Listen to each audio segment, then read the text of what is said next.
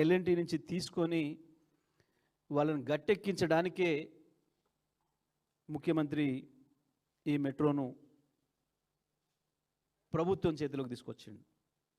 మళ్ళీ ఒక 15,000 కోట్ల రూపాయల భారం తెలంగాణ ప్రజల నెత్తిన వేసిండు. ఉన్న ప్రభుత్వ రంగ సంస్థలనే నడపలేకపోతున్నారు, ఆర్టీసీనే నడపలేకపోతున్నారు. ఇటువంటి పరిస్థితులలో ఎందుకు వాళ్ళ దగ్గర నుంచి వెళ్ళి ఈయన తీసుకోవాల్సి వచ్చింది వెనుకకి? దాని వల్ల జరిగిన లాభం కూడా వెంటనే అర్థమైపోయింది.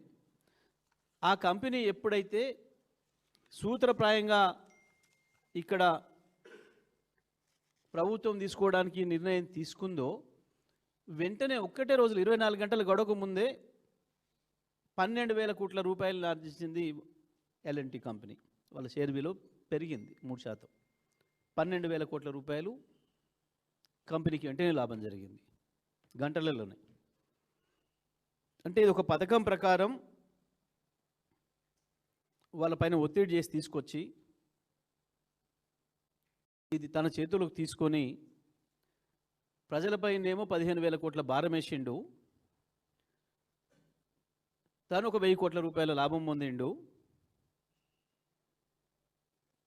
ఇవాళ హైదరాబాద్ ప్రజలకి ఆ మాత్రం కూడా రేపు ఆ మెట్రో అందుబాటులో లేకుండా చేసే కుట్ర చేసిండు. మనం చూస్తున్నాం ప్రభుత్వ రంగ సంస్థలు నడుపుతుంటే ఎట్లా ఉంటుందో, ఇబ్బందులు ఏమొస్తాయో. చాలా స్పష్టంగా దీని వెనకాల 1,000 కోట్ల రూపాయల చేతులు మారినట్లుగా మాకు సమాచారం ఉంది. దీని మీద ఇంకొక కుట్ర కూడా జరుగుతూ ఉంది. మరొక దందా మొదలుపెట్టిండు.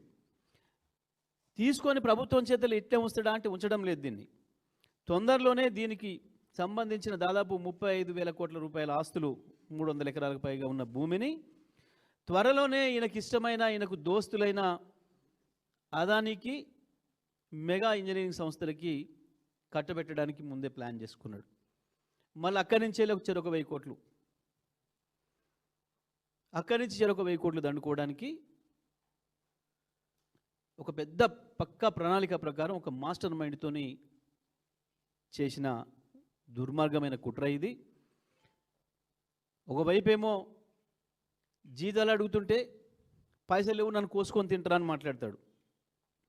ఉద్యోగస్తులు వాళ్ళ జీత భత్యాలు పెంచమని, వాళ్ళకి ఇచ్చే భత్యం వాళ్ళకి ఇవ్వమని చెప్పి అడిగితే కూడా ఏం చేసుకుంటారు మీరు? నన్ను సమయం పోయి ఏం చేస్తారు? నన్ను కోసుకొని తింటారా మీరు?